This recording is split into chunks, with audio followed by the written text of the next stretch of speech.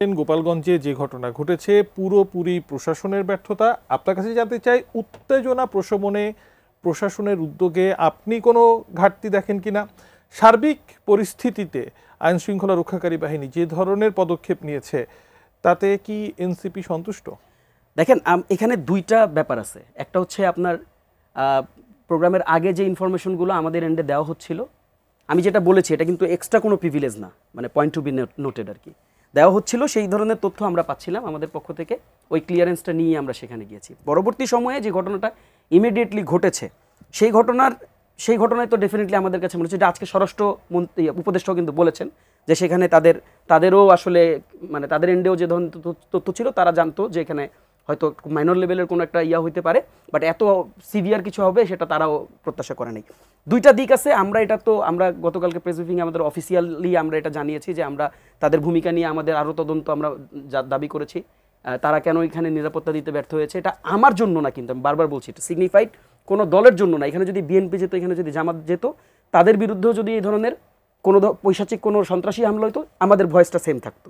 এটা এনসিপি বলে বলছি না, কারণ সকল রাজনৈতিক পক্ষের দলের যে কোনো জায়গায় বাংলাদেশে প্রোগ্রাম করার অধিকার আছে। তারা যদি সিস্টেমেটিক্যালি প্রোগ্রাম করতে চায়, ইটস দেয়ার রাইট, তাদেরকে এই সুযোগটা দিতে হবে। আর আরেকটা ব্যাপার আমি বলি, পরবর্তী সময়ে আসলে দেখেন প্রশাসন যেভাবে করে পুরো পরিস্থিতিটাকে মোকাবেলা করেছে, আপনি যদি আমাকে ইন্টারাপ্ট না করেন আমি একটু ছোটো করে বলি, সেখানে মানে আমি স্বচক্ষে সেখানে আমি সন্ত্রাসী বাহিনীদেরকে দেখেছি গুলি ছুটছিল, এবং আমি ওইখানকার লিভিং উইটনেস, আমি সেখানে ছিলাম। আমি বারবার বলেছি যে একটা পর্যায়ে এসে তারা ডিসি অফিসের গেট ভাঙা, ডিসি অফিসের ওয়াল ভাঙা থেকে শুরু করে সেখানে ডিসি অফিসের ভিতরে তারা যাদেরকে পাইতো তাদেরকে হয়তো দেখেন, মানে একটা জিনিস খুব ক্লিয়ারলি বুঝতে হবে, এই যে পাওয়ার এক্সারসাইজটা আপনি দেখছেন, এটা কোনো আওয়ামী লীগের অর্জন না। সন্ত্রাসী কার্যক্রম করে কিন্তু পাওয়ার এক্সারসাইজ হয় না। আপনি নিশ্চয়ই জুলাই আগস্ট বিপ্লব দেখেছেন, সেখানে কারো হাতে অস্ত্র ছিল না, সেখানে শুধুমাত্র ইট পাথর আর লাঠি দিয়ে কিন্তু আমরা গুলির বিপক্ষে আমরা দাঁড়িয়েছি। আমরা খুব সাদাসিধাভাবে, খুব সাধারণভাবেই আমরা সাধারণ মানুষের কাছে গিয়েছি। এখন কেউ যদি আপনার বিপরীতে অস্ত্র তাক করে, কেউ যদি আপনার বিপরীতে দেশীয় অস্ত্র নিয়ে আপনাকে আঘাত করতে যায়, ভাই খালি হাতে আপনি তো আসলে তাকে মোকাবেলা করতে পারবেন না।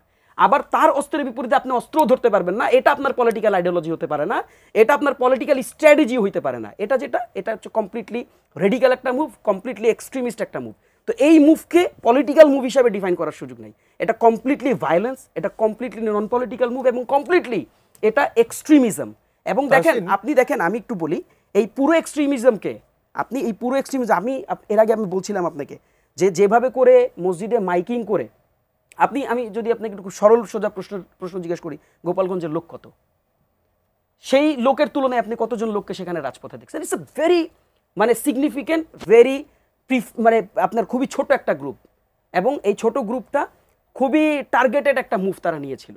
সেখানে ব্যর্থতা আছে। আসলে আলোচনাটা একই জায়গায় ঘুরপাক খাচ্ছে, আমি একটু এগোতে চাই, তবে তার আগে ছোট করে আপনার কাছে একটা প্রশ্ন আমার মনে উদয় হলো। তাই গোপালগঞ্জে যে ধরনের পরিস্থিতিতে গতকাল এনসিপি পড়েছে, আপনারা কি আশঙ্কা করছেন ভবিষ্যতে এমন পরিস্থিতি আবারও সৃষ্টি হতে পারে কিনা? না, এটা হতে পারে না। গোপালগঞ্জে সৃষ্টি হতে পারে কিনা, গোপালগঞ্জে বা অন্য জায়গায়, গোপালগঞ্জেও তো আবারও রোড মার্চের ঘোষণা দিয়ে রেখেছেন বা যাবেন। আমি একটা ব্যাপার বলি, অ্যাজ গোপালগঞ্জ বাংলাদেশের একটা জেলা, অ্যাজ গোপালগঞ্জকে বাংলাদেশের মানচিত্র ওন করে, অ্যাজ গোপালগঞ্জের মানুষকে আমরা কখনোই মানে অন্য জেলার মানুষদের থেকে ভিন্ন চোখে দেখি না।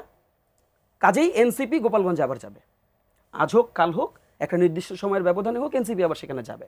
দ্বিতীয় আরেকটা প্রশ্ন আমি আপনাকে বলি, যেটা আপনি করেছেন, যে দেখেন আপনি তো আপনারা কভার করছেন, এটা 32তম জেলা ছিল, 31তম জেলা পর্যন্ত আমরা যখন আমাদের পথসভাগুলো করেছি, আপনি নিজের চোখে নিশ্চিত রূপে দেখেছেন সেখানে সাধারণ মানুষ কিভাবে করে স্বতঃস্ফূর্তভাবে আমাদেরকে সাড়া দিয়েছে।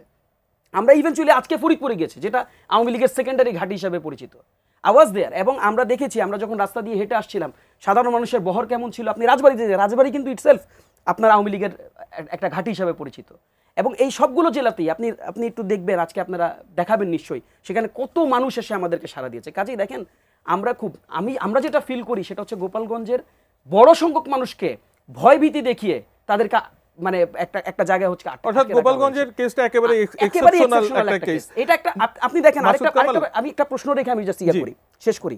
যেমন দেখেন, আজকে আমরা এই আলোচনায় অনেক ধরনের আলাপ করছি, আমরা প্রশাসনকে এককভাবে দায় দিয়ে দিচ্ছি। আপনি এভাবে করে কেন দেখছেন না যে এই সন্ত্রাসী কার্যক্রম হবে না কেন? আমি যদি আপনাকে প্রশ্ন করি, যারা ভারত যেতে পারে নাই তারা কোথায় গেছে, আপনি আমাকে এক লাইনে উত্তর দেন। আপনার কাছেই তথ্য আছে, তারা সবাই গোপালগঞ্জে গেছে, কাজেই এরা তো আর বসে নাই, এদের কাছে অস্ত্র ছিল।